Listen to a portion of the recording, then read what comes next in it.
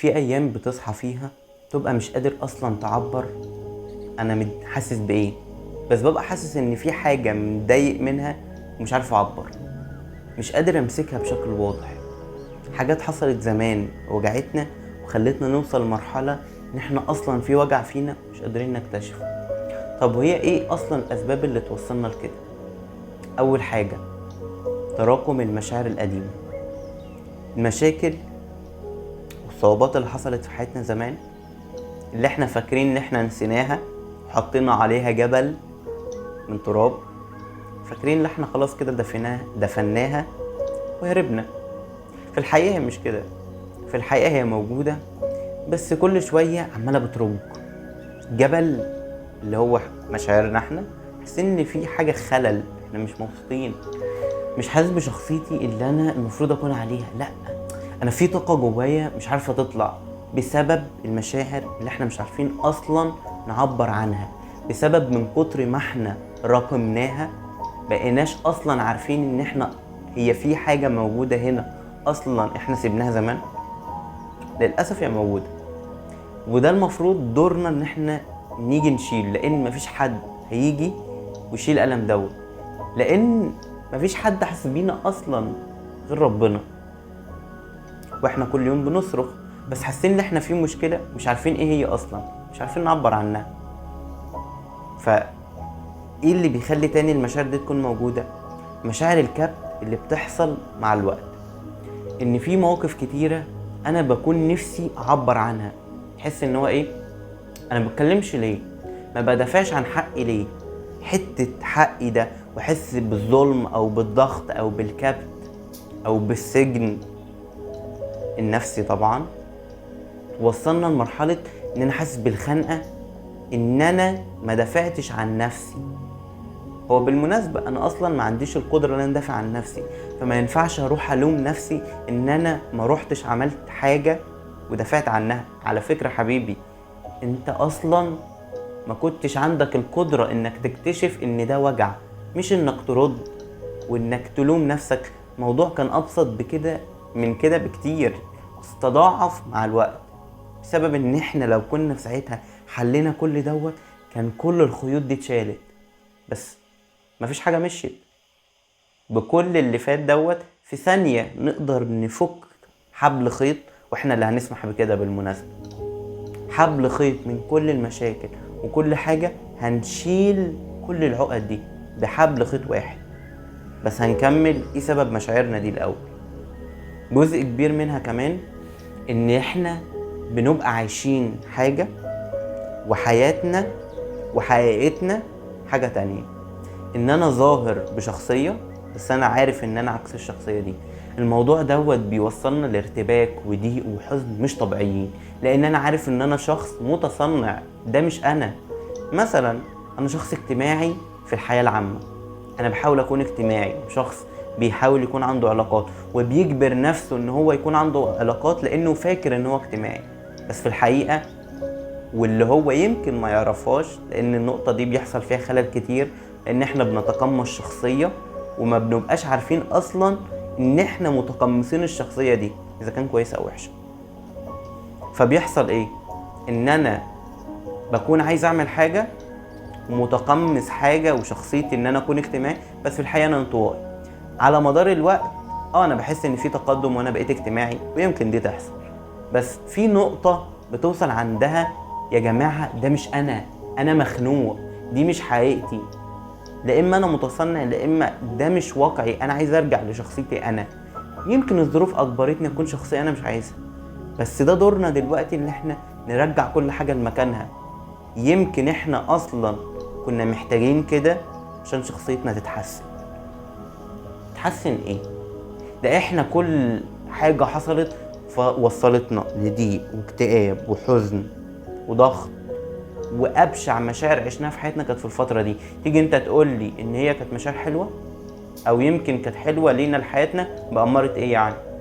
بأمارة ان انت عرفت اصلا الفرق بين الحب والكره ده، عرفت تفرق بين كم من المشاعر انت قبل كده ما كنتش تعرف اصلا ان العالم فيه جزء قد يكون مش بأحسن حاجة زي ما احنا متخيلين، بس هو موجود. ومحتاجين نكتشف ونعرف ان هو موجود. فبسبب الموقف دوت معرفناش غير بالطريقة دي للأسف. ممكن نتكلم في النقطة دي كتير اصلا، ان في حاجات في حياتنا ما كانش ينفع تحصل غير بأحسن سيناريو بالطريقة دي. في الاغلب ان احنا ما بنبقاش عارفين اصلا احنا محتاجين ايه، او انا عندي هدف نفسي اوصل له ازاي، او الطريقه اللي انا محتاج اوصل له بيها انا ما اعرفش النقطه دي. وخلي بالك دي حط عندها 100 خط، ان انا لو عرفت الطريقه همشي نحوها او همشي في طريقها. طيب افرض انا عارف ان الطريق ده كله ألم وشوك، بس الهدف في النهايه، تقدر تقولي هتمشي في الطريق ده؟ بنسبة 100% محدش هيختار. محدش بيعرف يختار غير وربنا معاه. وبالمناسبة ممكن يبقى ربنا معانا بس احنا مش شايفينه، او مش قادر ألمس ربنا في حياتي وازاي هو مؤثر في حياتي. كل حاجة كويسة هو كان معايا فيها، حتى اللقطات الوحشة هو كان معايا فيها، ويمكن كانت بسماح. بس بعيدا عن الجزئية دي دلوقتي، انا محتاج كل اللي بيحصل عشان انا اكبر. لو انت فهمت شخصيتك هتعرف ان انت مش هتكبر غير بالطريقة دي، ومحتاج تستوعب كده. طيب ليه مش بنفهم اسباب الوجع دوت بسهولة اصلا؟ بسبب ان هو بشكل عام اوقات كتيرة عقلنا بيحاول يخفي عننا الحاجات دي او يلاشيها عشان ما يوجعناش. في اوقات كتيرة لما تيجي تتكلم وتقعد تفكر ايه سبب المشكلة وتقعد ترجع بالافكار اللي مضايقاك دلوقتي لزمان، تفتكر اللي هو ايه ده ممكن يكون في مشكلة من ابتدائي اصلا وانا لسه ما حلتهاش. يا لهوي، طب وانا فين من كل السنين دي؟ لا، ما هو مخك لو كان قاعد في اللقطة دي في ساعتها وقعد يفكر كنتش هتقدر تستوعب كم المشكلة اللي انت فيه، كنت هتحس ان انت بتغرق ومش عارف تعيش. فمخنا بيخترع طريقة ان هو يخفي عننا المشاكل دي، او ما نحسش ان هي موجودة، بس اثرها بيبقى موجود على مدار الوقت، بس بنفتكر بعقلنا ان هي مش موجودة. وكمان حاجة، ان احنا اوقات كتير بنهرب مش بنواجه. مش يمكن ان احنا خلاص لو عرفنا ان ايه المشكلة دي هقف قدامها وواجهها واشوف ايه حلها؟ انا عندي القدرة دي دلوقتي، يمكن موجودة ويمكن لا. لو موجودة هواجه، هكتشف ايه المشكلة وهواجهها. طب لو مش موجودة، انا محتاج قبل ما اواجه ابني ارضية نقية افهم بيها شخصيتي، المشاكل، الناس، الحاجات دي كلها بالنسبة لي هي مفاهيم فاهمها بس مشوهة، لانها مش بصورتها الواضحة. يعني انا يمكن اكون شايف نفسي وحش بس، ويمكن ابقى وحش او حلو بس. يمكن انا شايف الناس حلوة بس ووحشة بس. الحياة، العلاقات، الشغل، المعارف، القرايب. بلاش النظرية الواحدة لانها مش حقيقية. مفيش حاجة 100%، ولا في حاجة اسمها ابيض ولا في حاجة اسمها اسود. موجودين، بس في برضو في رمادي، وده اللي انت مش قادر تشوفه.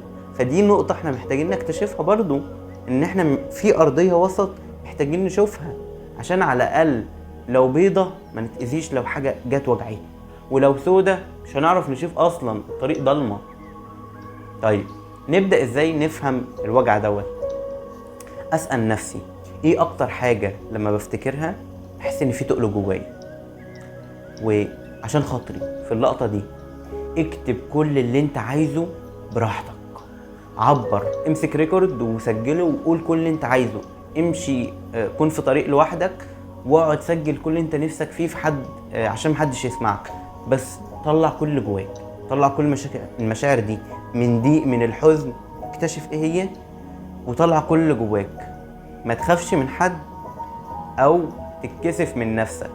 كل كلمة انت بتطلعها دلوقتي هي عشان انت حاسس بالوجع، فانت اللي محتاج العلاج دلوقتي. دي اول نقطة نكتشف ايه هي. تاني حاجة ان انا اكتب وبدون تفكير. النقطة دي مهمة قوي، لان انا مش عايز اي قرارات منطقية دلوقتي. انا محتاج اعبر عن مشاعري بكل حاجة جوايا. انا مش عايز حاجة غير ان انا اعبر عن مشاعري دلوقتي، افهم فين المشكلة. مش محتاج حاجة تانية، مش محتاج سبب منطقي. ليه يا رب؟ انا كنت وحش، انا اللي ظالم لنفسي، الناس وحشة وظلموني. ابعد كل الدوائر دي، اكتب كل حاجة بدون ما تقيم. ما تقيمش دلوقتي، انت محتاج لسه تطلع كل اللي موجود. وبالمناسبة ممكن تاخد وقت، بس حط الفكرة في دماغك ان انا في حاجة مضايقاني ومحتاج اكتشفها. ايه اللي بدأ من ساعتها كل الضيق ده على نفسي؟ وبعد كده تجيلنا نقطة اللي انت محتاج تراقب جسدك. في اوقات كتيرة جسدنا بيصرخ قبل ما العقل بيسمع. اوقات كتيرة حد يقولك انا جسمي وجعني، انا رجلي وجعاني، مع ان انا عارفه شخصيا ان ما فيهوش تعب عضوي، هو نفسي، بس بيسمع في عضوي الاول في جسدك، وبعد كده ترجع على نفسك. لفة غريبة بس محتاجين نكتشفها. ومحتاج اي وجع في جسمك تسمع له وتسمع هو موجود ليه. واخيرا واجه الألم. الألم مش عدوك، ده هو إشارة إن أنت محتاج، في مشكلة هنا أنا محتاج أشوفها إيه هي. وبعد كده أبدأ أوصل لمرحلة إن أنا أول حاجة أنا محتاج أكتشف فين الوجع ده وأعترف إن هو موجود، لأن هو مش عدوي، دي إشارة إن في ألم هنا. بس كده، سلام.